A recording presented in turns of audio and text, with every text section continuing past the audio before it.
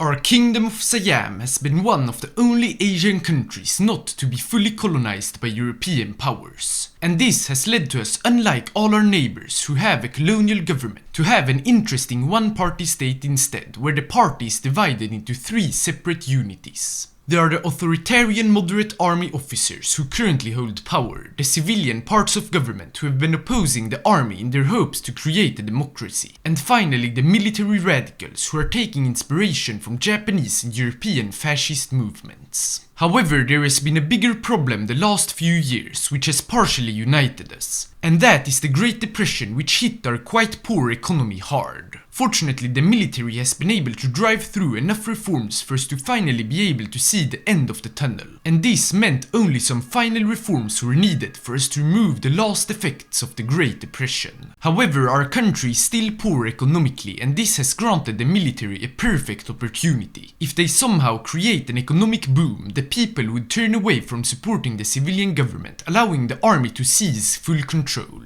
So they put out the goal to double the GDP as fast as possible and immediately went to work. With agriculture being the cornerstone of our economy, we helped the farmers getting access to the new mechanization technologies through loans. But we need to diversify if we want to achieve our goals, and to do this successfully a strong infrastructure network is needed. Fortunately, we had enough money to invest into the road development plan, which not only upgraded our infrastructure but also provided a significant boost to the cement sector, who has quickly started expanding. But you might be wondering where we got all the funds to achieve this. Well, our country has one natural resource that is increasingly important around the world: rubber. So during our industrial expansion at home, our foreign ministry had managed to strike two important trade deals to grant Japan and Italy discounts on our rubber, ensuring that they buy ours and not that of any other states or try to synthetically create some at home. These reforms were actually enough to bring an economic boom to our country, one that indeed would lead to the military government being able to consolidate power in our nation. And each day that goes by, the military radicals are also growing in power and support, so the slide into fascism is almost certain. And it was fully cemented after the news of a third trade deal made the headlines, this one even bigger than the last two,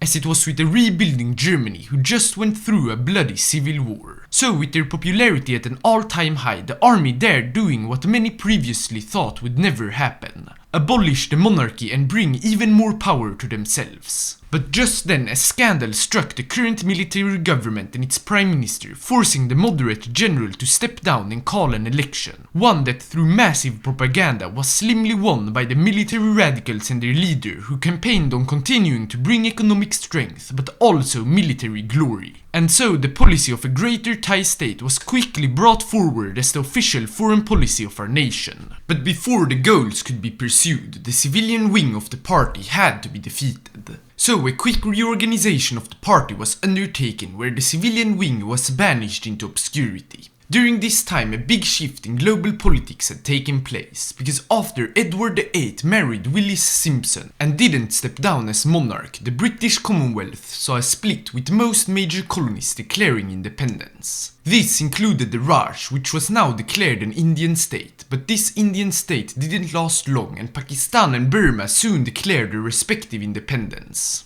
And this has given our new government their first goal to work towards: build up our army until we can face the new Burmese army to take over the three states part of the vision of Greater Thailand. So we immediately went to work, starting by increasing the military budget in order to expand our production with 300%. With this we started training 4 divisions of partially elite shock troopers, which will double our army size, but it will take some time for all the necessary guns to be produced. So while we waited, government made sure that they held their promise of continued economic strength. They did this by continuing industrial development and also finalizing electrification across our country. Urbanization was also encouraged to bring farmers to the new factories. During this time, tensions had been heating up over Burma. Our foreign ministry had sent over our ultimatum requesting the transfer of Bago, Shanland and Mandalay, and if they don't do it in 100 days we will attack them, which it seems will happen. We had also prepared for backlash from the Indian state, because they had now started their own reconquest plans to retake Pakistan and East Bengal. However, this wasn't the case. We instead received a letter hoping for a mutual agreement to ignore each other's military operations, which we we gladly agreed to, and after a few more exchanges, we promised them that after we defeat Burma, the northern lands will be transferred to their nation, despite our ideological differences.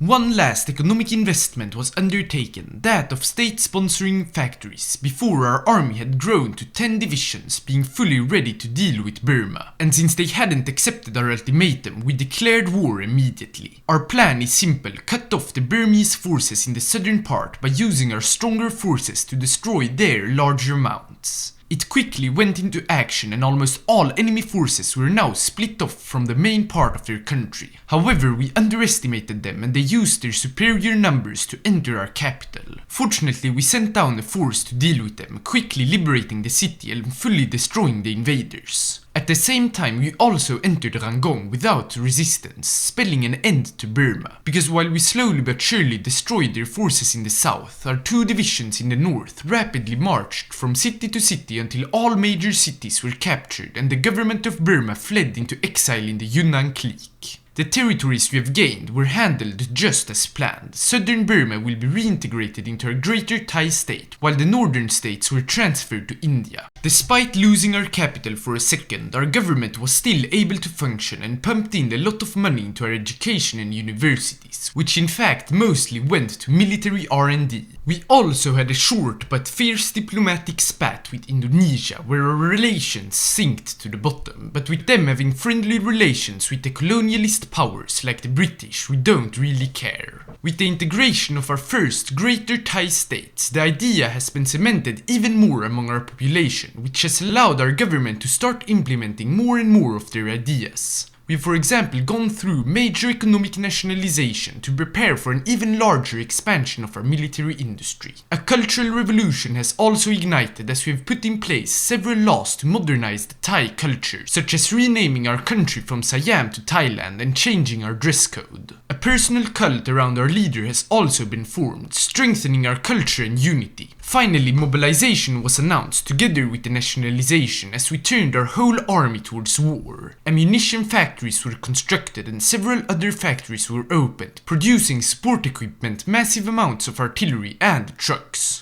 The next few months, not too much happened as we simply continued the reforms, but 2 things were notable. The first was that true dictatorial control was established, and the second was that the Japanese and Manchurian empires have invaded China, establishing a border with us. And soon we would receive an invitation to the Greater Asian Co-Prosperity Sphere, which we gladly joined. So we now found ourselves in the same alliance as the Japanese, Manchurians, and strangely enough the liberal India, but they had mostly joined for economic benefits. Having found these heavyweight allies, we put forward a plan to continue the expansion of Greater Thailand, now into Indochina, which is currently colonized by the French communists. We reached out about the territory, asking if they would allow them to be reintegrated into our state, and expecting a no, we also mobilized our growing armed forces to attack them if they refused. Fortunately for them, they were ready to negotiate, and after some short discussions, we came to an agreement. That we would get the territories while the French get the resources. And since we only seek the territories, we accepted. This means the only part left of Greater Thailand is peninsular Malaysia. However, we've received orders from Japan that there is a much greater cause we need to prepare for.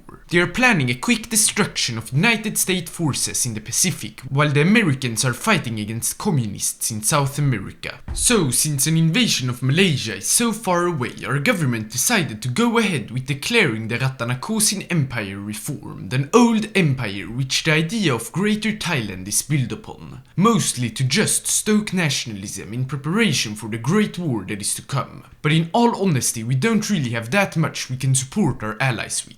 It will simply be the Japanese Navy and Marines, together with the Manchurian forces, who will carry us to victory. Their plan is simple: quickly destroy the Philippines and land in Hawaii to then secure all other islands. And if all that goes well, the American continent it is. After some months, the Japanese Empire declared war on the United States of America and immediately launched their offensive. Right in the beginning, the Manchurian forces landed in Manila and we would send over our shock troopers as soon as the port was secured. But as we arrived, we didn't face a single battle, and as our soldiers were put on prison guard duty instead, we decided to leave. As expected, the speed of the conquest didn't stop due to us leaving, and despite a significant Philippine effort being put in to defend their last few islands, it all collapsed sooner or later. The same good news arrived from the Japanese High Command, because with the American Navy distracted in a blockade of South America, Japanese Marines had captured Hawaii and started cleaning up the rest of the American islands. The next few months, they would prepare the ultimate magnus opus, a naval invasion of Los Angeles. And this time too, we tried to support our allies, sending our shock troopers all the way to Hawaii to reinforce if they successfully land, and mobilizing a significant part of the Thai population in the west coast as spies. However, during all this, we would receive orders from the Japanese that our main forces were needed somewhere else, in northern China, because the Russians who had formed the churchly Third Rome after the defeat of the Soviets were now preparing for war against us, expecting us to be weak and distracted in the east. Unfortunately for them, they didn't realize we had 20 infantry divisions to fight with, and the Manchurians so many more. But before the Russians declared war, the invasion of California was launched. This time the Americans were far more prepared, but despite knowing what was coming, our allies landed in Los Angeles and San Francisco. Unfortunately, the latter was destroyed by American reinforcements, but the first secured not only the port of Los Angeles, but also that of San Diego. And so we sent in our 4 shock troopers together with a bunch of allied reinforcements. However, not everything would make it, because the US Navy had now reacted, sending in their submarines, with the Japanese Navy having a hard time to deal with them. Nonetheless, we still arrived, helping the Japanese and Manchurians to defend against the growing number of American forces. We also used our forces to construct fortifications to help with the defense. However, all our offensive efforts were failures, same as the Japanese, because the American raiding was dealing us a lot of damage. As the news of this invasion spread throughout the world, the Russians declared war thinking we were weak. But it was the other way around, because they underestimated us and put many forces in hard-to-supply areas expecting no resistance, such as in Mongolia. And this gave us an opportunity to destroy them before they realized their huge mistake. We would begin small by trying to capture Bayan Tumen, a Mongolian city. While we did, we also encircled 2 Russian divisions, showing how truly weak they are. So we launched a larger offensive with the goal to reach Ulaanbaatar, the only Mongolian supply hub. With the Russian forces still undersupplied, we rapidly approached the city, and despite them gaining some supplies as we arrived closer to it, we still continued pushing them back until the city was entered. Even before this, we had started building a railway to it to bring supply closer to the front. But we continued our offensive even if it wasn't built. This time with the goal to reach the Trans-Siberian Railway. Once again we saw great successes, as most Russian forces had either been destroyed or fled, especially since we have doubled our forces in the area after massive recruitment efforts at home. But despite achieving our objective of reaching the railway, we still faced some resistance, most notably in Ulan-Ude, which we failed to capture at first. With all these great news from Russia, we are also expecting good ones from America. But what would arrive was horrifying. The US Navy had escalated the raiding, putting pressure on our supply, and seeing the writing on the wall, the general over our shock troopers decided to pull them out. This was definitely the right decision, because about a week later a major naval battle between the Japanese and the American Navy took place. The Japanese entered the battle overconfident, since they had put a lot of resources into producing the best navy in the Pacific. However, this didn't help against the might of the US industry, and our allied navy would soon find itself on the bottom of the sea. A short time later, the Americans also launched a counter-invasion, capturing San Diego and putting even more pressure on the American invasion. And this, together with the loss of their navy, paralyzed the Japanese as they turned defeatist and simply left us in Manchuria to fight against the Americans and Russians all alone. Despite this loss, we would at least be able to continue against the Russians, where we had finally managed to crack the Ulan-Ude defenses and destroy all forces defending it. About at the same time, we had reached the other side of the Lake Baikal by capturing our biggest Russian city yet, Irkutsk. This would have been news to celebrate too, but it was overshadowed by darker problems. The invasion of America had been completely crushed, with probably less than 10% being able to make it out. And the Americans had started a massive effort to reclaim their lands and put the last dagger in our Japanese allies. A part of this was to raid all our convoys, which has made supplying our forces in Russia almost impossible for some reason. Despite building a railway to connect us with southern China, we would still face massive supply problems that I still don't understand how we got. Thus, our advances along the Trans-Siberian Railway started to slow down until they had fully stopped. About at the same time, our government would start receiving messages from American diplomats asking us to restore democracy and war would be evaded. We of course refused together with the Chinese, leading to the Americans stepping up their operations, liberating the Philippines and soon naval invading Japan, meeting little resistance. The same crumbling of our successes was seen in Russia as supply was running so low the Russians started pushing us back, liberating Irkutsk and dealing a huge amount of damage to our forces. As the news of our collapse spread throughout the world, we would receive a message from the British and Indonesian ambassadors. In 30 days they will attack us like the spineless opportunists they are. Only when we already lie on the ground do they dare strike us. Thus, to defend our home and stop running out of supplies in Russia, our government decided to send home all our forces, establish a defensive line at the end of Kra Isthmus Peninsula and putting a significant amount of forces on our ports to defend against naval invasions. Fortunately, we were able to arrive in time to set up the defenses with even our shock troopers which had evaded the American submarines being home to defend our great Thailand. Almost as soon as the British declared war, the Australian allies would launch 2 naval invasions against Vietnam. With them expecting no resistance, they didn't send many forces, allowing us to easily keep them from capturing the ports. At the same time, they arrived to our defenses at land and even set up ports on the peninsula to more easily supply their forces. This made the attacks hit hard and they were close to break through several times, but by desperately defending and sending in our shock troopers, we were able to shock them into a loss. A while later, the next Australian invasion would be conducted, and this time it was much more extensively planned, with troops landing on the sides of Saigon as well,